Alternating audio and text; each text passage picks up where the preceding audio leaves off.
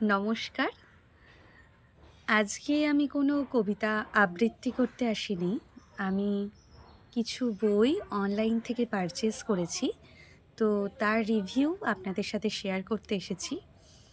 কখনো আমি এরকম রিভিউ শেয়ার করিনি, ফার্স্ট টাইম করলাম। এটা কোনো প্রমোশনাল ভিডিও না। আমার নিজস্ব মতামত আর কি, কেমন লেগেছে অনলাইনে পারচেজ করে।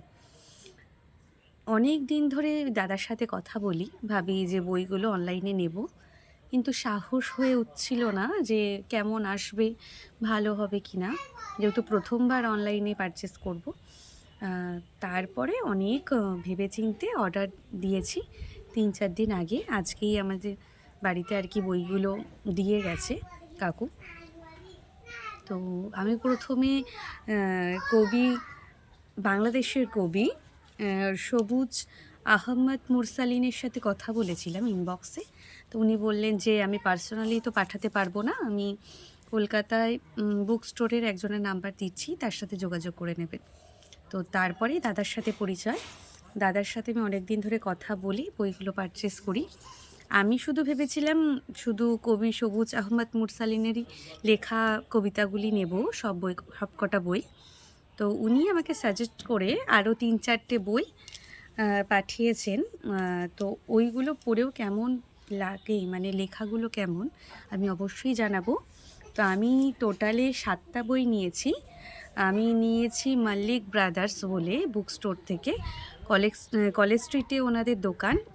আপনারা যদি কেউ নিতে চান আমাকে বলতে পারেন ইনবক্সে, আমি দাদার নাম্বার দিয়ে দেব। তো আমি যেই বইগুলো নিয়েছি আপনাদের সাথে শেয়ার করি।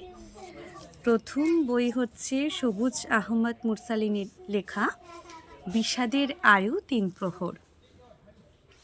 এই বইটা ওনারই লেখা। আরেকটা বই হচ্ছে তুমি অসুখ তুমি সুখ।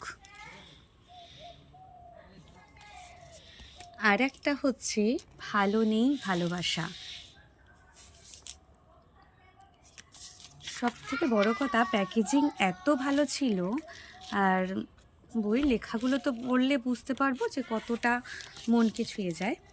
প্লাস হচ্ছে এটা কিন্তু ওপরে মলার টাইপের দেওয়া, ভেতরে তো আছেই, এবার ওপরে ওটা মলার টাইপের দেওয়া, বেশ সুন্দর। আর হচ্ছে পাঠানো হয়েছে সালমান হাবিবের লেখা দূরের মানুষের কোনো ডাক নাম থাকে না।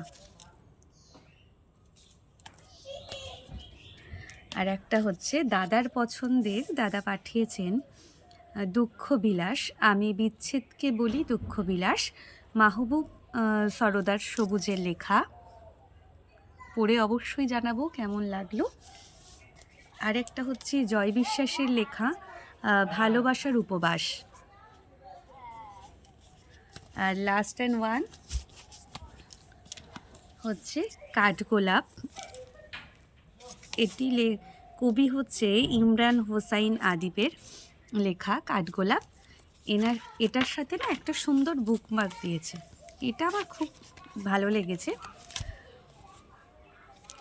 এর মধ্যে আবার খুব সুন্দর করে লেখা প্রেমে না পড়ে বই পড়ুন। কথাটাই কি সুন্দর, তাই তো?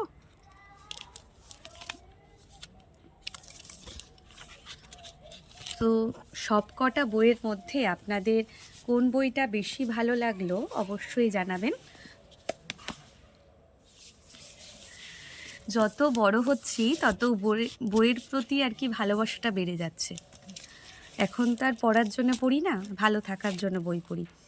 মনে হয় যে একাকিত্ব বসে না থেকে বই পড়লে মনটা অনেক ভালো হয়ে যায়।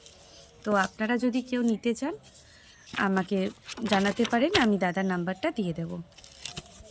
আর আমি ক্যাপশানে মেনশন করে দেবো দাদাদের পেজটা।